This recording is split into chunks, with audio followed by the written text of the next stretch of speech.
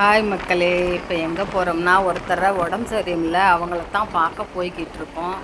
வாங்க அப்படியே போகிற பாதையில் எப்படி இருக்குன்னு பாருங்கள். இந்த ஏரியா எப்படி இருக்குன்னு சொல்லுங்கள். மங்களூருங்கிற ஏரியா எப்படி இருக்குன்னு பாருங்கள். பார்த்துட்டு கமெண்ட்டில் சொல்லுங்கள். உடம்பு சரியில்லைன்னு பார்க்க போய்கிட்டு இருக்கோம். பாருங்கள், அப்படி தான் இருக்கும். ஆனால் கேரளா மாதிரி இருக்கும், ஆனால் கேரளா இல்லை.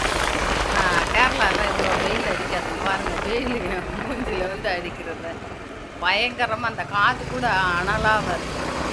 கேரளா டைப்பில் இருக்கும், ஆனால் கேரளா மாதிரி வெயில் குழந்துடுக்கும். கொஞ்சம் குளிர்ச்சியாக இருக்காது பாருங்கள். அப்படியே கறி இருக்கும். மழை 3 மாதம் 4 மாதம் நல்லா பெய்யும். இருந்தாலும் இந்த வெயிலுக்கு பூரா செடி கொடியெல்லாம் காஞ்சி போய் கிடக்குது பாருங்கள். அதனால் கொஞ்சம் தூரம் ஒரு ஷார்ட்கட்டில் போனால் 20 நிமிஷத்தில் போயிடலாம். இது குப்பை வண்டி. இந்த இதில் வந்து பனை வேக வைக்கிற இடம். இது வந்து தகரம் போட்டிருக்காங்க. முதல்ல கொஞ்சம் கட்டடமாக இருந்துச்சு, அதை எடுத்துகிட்டு இப்போ இது போட்டிருக்காங்கன்னு நினைக்கிறேன். பார்க்க வந்துட்டோம் நெருக்கி. இன்னும் கொஞ்சம் தூரம் தான். எப்படி இருக்குன்னு பாருங்கள். ஏரியா காட்டிக்கிட்டே போகிறேன். அப்படியே என் சேனலுக்கும் சப்போர்ட் பண்ணுங்கள், சப்ஸ்கிரைபர் பண்ணுங்கள், உங்கள் ஃப்ரெண்ட்ஸுகளுக்கும் ஷேர் பண்ணுங்கள். எங்களை மாதிரி சின்ன சின்ன சேனலையும் க்ரோத் பண்ணி விடுங்க. இப்படி தான் இருக்கும். கேரளா மாதிரி இருக்கும். ரொம்ப லாங்காக எடுத்துருக்கேன், ஆனால் லாங்காக போட்டால் இன்னும் நிறையா நேரம் போகும். ஒரு 1/2 ஹவராவது போகும். அதனால் கம்மியாக போட்டிருக்கேன். பாருங்கள், பிடிச்சிருந்தா சப்போர்ட் பண்ணுங்கள். அந்த பாருங்கள், கேரளா மாதிரி தான் இருக்கும் காடை. ஆனால் வெயில் மண்டையை பொழக்கும். இந்த காற்று அப்படி அனலாக அடிக்குது, எரியுது. காலை நேரத்துலேயே போகிறோம். 10 மணிக்கெல்லாம் கிளம்பிட்டோம். இருந்தாலும் பாருங்கள், வீடெல்லாம் நல்லா இண்டிபெண்ட் ஹவுஸாக நல்லா இருக்கும். வீடெல்லாம் இங்கே பார்க்குறது அவங்கவங்க இதாக இருக்கும், தனி காம்பவுண்டாக இருக்கும். எப்படி இருக்குன்னு பாருங்கள். நம்ம எப்போ ஒரு வீடு, சொந்த வீடு கட்ட போகிறோன்னு தெரியல. அவ்வளோ பெருசு இல்லாட்டியும் சின்னதாவது கடவுள் என்னைக்கு கொடுக்க போகிறாருன்னு.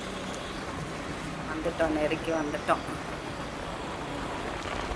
இறங்கி அந்த வீடை இப்படித்தான் இருக்கும். கேரளாவில் வீடு இருந்த மாதிரி இருக்கும். ஆனால் பூரா செடி கொடியெல்லாம் தண்ணி ஊற்றுற இடத்துல கொஞ்சம் பசன்னு இருக்கும்.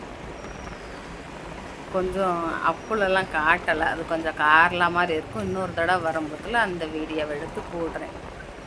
அந்த இப்போ கேரளாவில் பள்ளம் மேடு எப்படி இருக்கும் அந்த மாதிரி இருக்கும். இது கொஞ்சம் சமதளமாக இருக்குது.